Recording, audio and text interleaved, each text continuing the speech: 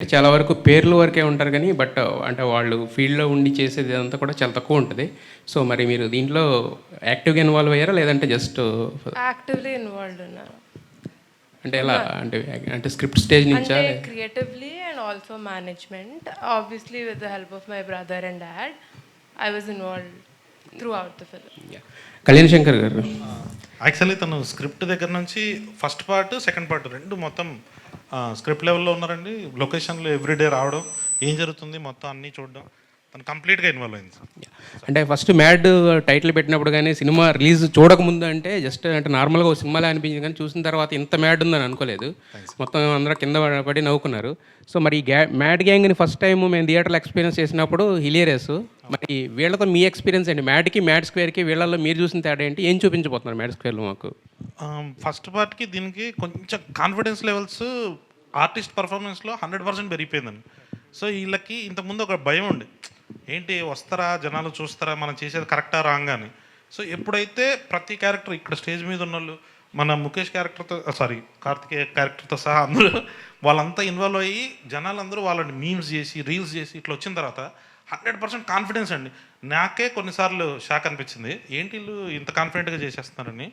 మధ్య మధ్యలో రామ్ కొన్ని ఇంప్రవైజేషన్స్ చేశారు, సక్సెస్ఫుల్గా తీసేసినాయి ఎడిటింగ్లో. మళ్ళీ ఒకళ్ళు దొరికితే ఏం చేయలేదు నేను. హీ డిడ్ ఇట్ వెల్ అందరూ. సంగీత్ సోమన్ గారు, ఆయన చెప్పింది నిజమా అబద్ధం మీరు చెప్పాలి. ఇప్పుడు క్లారిఫై చేయాలి. మీరు నితిన్ గారు క్లారిఫై చేయండి. సో, ఆయనలో మీరు చూసిన తేడా ఏంటో కూడా, డిఫరెన్స్ ఏంటో దానికి దీనికి మీరు చెప్పండి. Okay bye. అంతే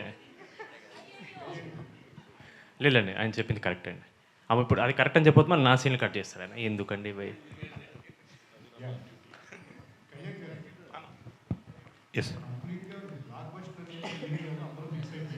సార్.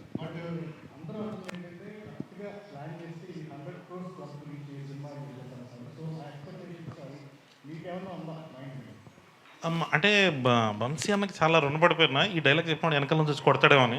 బట్ కొంచెం అన్న తీర్చేయాలండి దీంతో, ఈ సినిమాతో కలెక్షన్స్తో కొట్టాలంతే, వస్తుంది చాలా గట్టిగా. లేదు లేదు, ఊరికే జోక్గా ఉంది, పెద్ద స్టోరీ ఉండదండి, ఎంజాయ్మెంట్ ఊరికే అన్నాం. బాగుంటుందండి ఎంటర్టైన్మెంట్. మీరు థియేటర్ నుంచి బయటకు వచ్చేటప్పుడు అలా నవ్వుతూ మీ ఫ్రెండ్స్కి ఫోన్ చేసి, అరే మనకంటే ఏదో నా కొడుకులు ఉన్నారా అని చెప్తూ ఓకే మీ ఫ్రెండ్స్ అందరినీ గుర్తు చేసుకుంటారండి డెఫినెట్లీ. సార్ వంశీ గారు, సార్ 28 హరిహర వీరమల్లో ఉంది. సో 29th మనకి కరెక్ట్ డేటే అనుకుంటున్నారు? అదే 28 హరిహర వీరమలు ఉందో లేదో వేణుగోపాల్ నన్ను అడగాలి. వేణుగోపాల్ గారు ఇంకా అయితే ఉందని చెప్పాలని నాకు. ఆయన ఉందని చెప్తే మేము రామండి. అంటే ఆల్రెడీ పోస్టర్లు అవన్నీ పడ్డాయి కదా. ఓకే, హరిహర వీరమల్ కళ్యాణ్ గారి సినిమా రిలీజ్ ఉంటే మేము రాము. ఆ రోజున 29th రిలీజ్ ఉండదు మ్యాట్. హరిహర వీరమల లేకపోతేనే ఈ మ్యాట్ సినిమా రిలీజ్ చేస్తాం. ఆ రేట్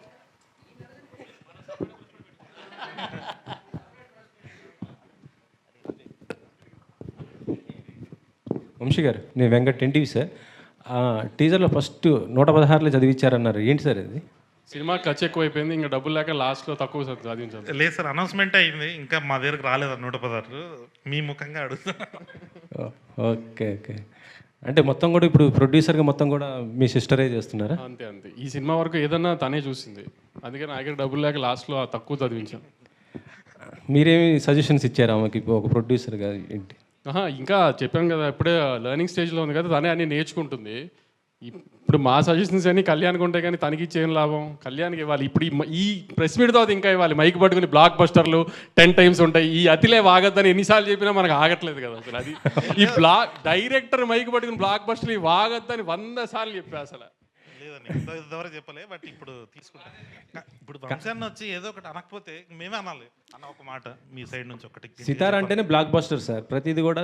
ఇప్పుడు సినిమా చూసి మీరు బ్లాక్ బస్టర్ అని చెప్పిన తర్వాత ఆ రోజు సాయంత్రం మనం మాట్లాడుకుంటే బాగుంటుంది. ఆ రోజు బ్లాక్ బస్టర్ అంటే మేమందరం కూడా చెప్తాం. ఇప్పుడు ఎందుకు ఎన్ని మంచి సినిమా తీసా మీరు వచ్చి ఖచ్చితంగా నవ్వుకుంటారు, అంతవరకు చాలు కదా. ఈ బ్లాక్ బస్టర్లు ఎన్ని ఎందుకు? మళ్ళీ రేపు ఏమన్నా అయిందనుకో అతనే తిడతారు. అన్నీ అలవాట్లేదు కదా మీకు, మాకంటే బాగా అలవాటు, అతనికి అలవాట్లేదు కదా ఇవన్నీ.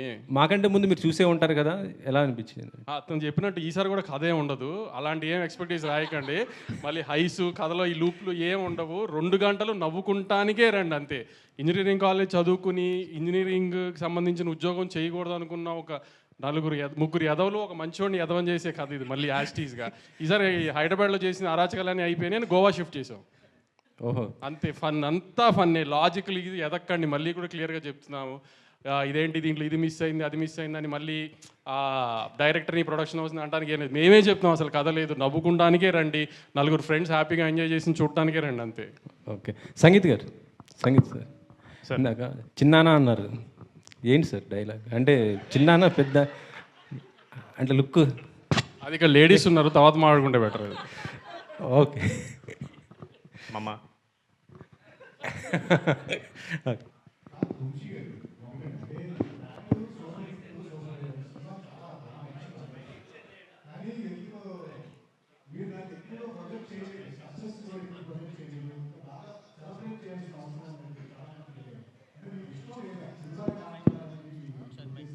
అంటే రిలీజ్ తర్వాత అంటున్నారా ముందు అంటున్నారా?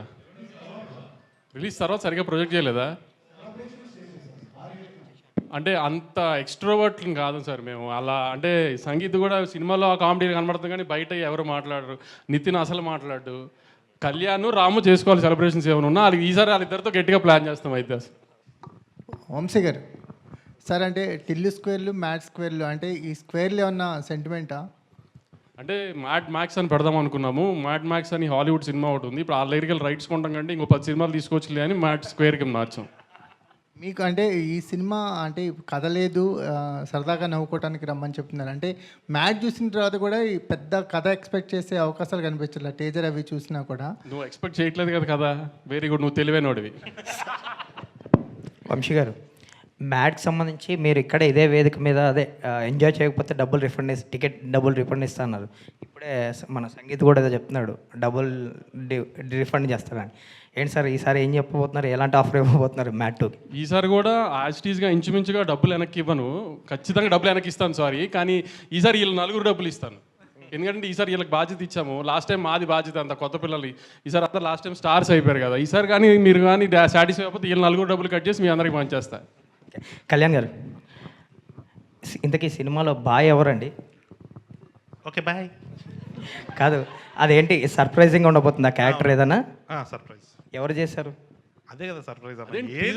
టీజర్లో గుర్తుపట్టలేదా ఎవరు? చెప్పమంటారా?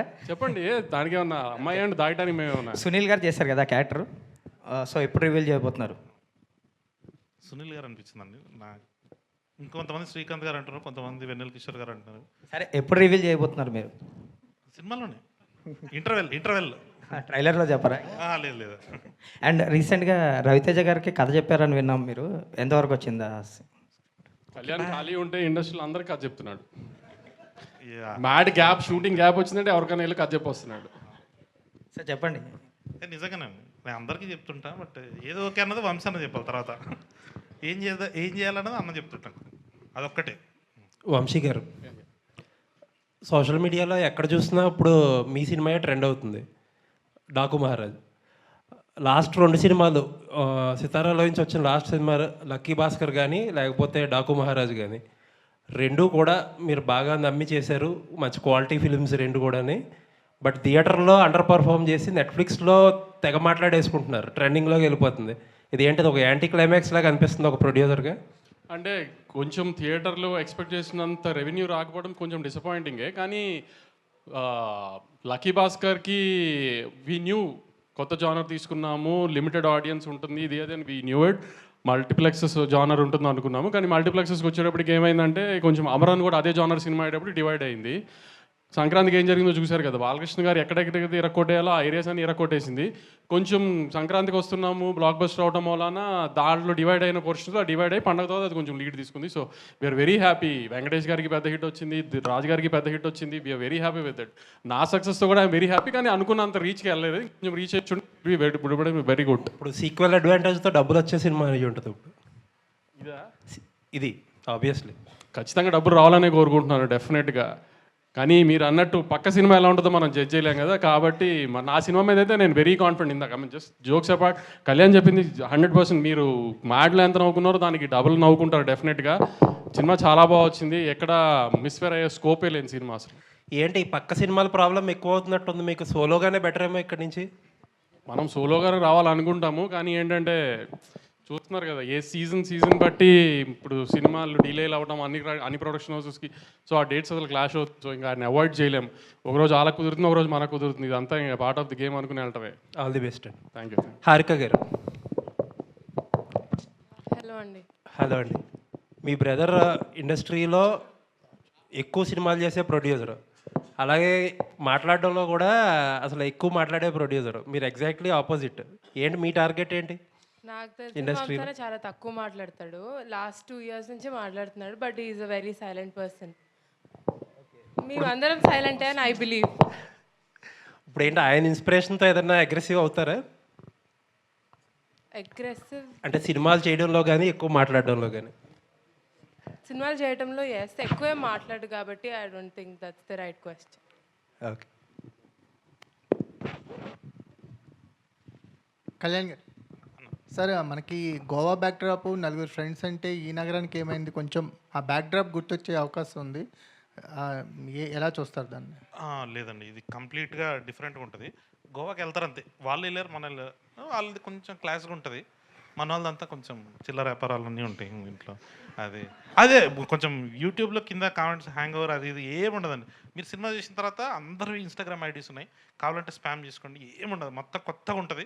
ఎవ్రీ సీన్ ఫ్రెష్ ఐడియాతోనే ఉంటుందండి. కళ్యాణ్ గారు, హీరోలందరూ పాత వాళ్ళే ఉన్నారు, కానీ హీరోయిన్స్ని చేంజ్ చేసినట్టున్నారు, ఎందుకే సార్? హీరోయిన్స్ ఉండరు సినిమాలో అసలు. కానీ మీకు ప్రతి 20 నిమిషాలకి ప్రతి అరగంటకి ఒక కొత్త అమ్మాయి వస్తూ ఉంటుంది ఎంటర్టైన్ చేయడానికి. అమ్మాయి లేకపోతే మళ్ళీ మీరు ఏమైనా డిప్రెషన్గా ఫీల్ అవుతారేమని ఏదో కొత్త అమ్మాయి వస్తూ ఉంటుంది ప్రతి 15-20 నిమిషాలకు ఒకసారి. భీమ్స్ గారు హాయ్ అండి. స్లమ్ డాగ్ మిలియన్లో లచ్చిగాడి పెళ్ళి అనే ఒక సాంగ్ కొట్టారు మీరు. దీంట్లో ఇప్పుడు లడ్డుగాడి పెళ్ళి అని కొంచెం అదే ట్రాక్ పాడారు. సో ఏంటి మీ డిసిషన్? ఇది డైరెక్టర్ డిసిషనా? నాదే. Okay bye. బాయ్.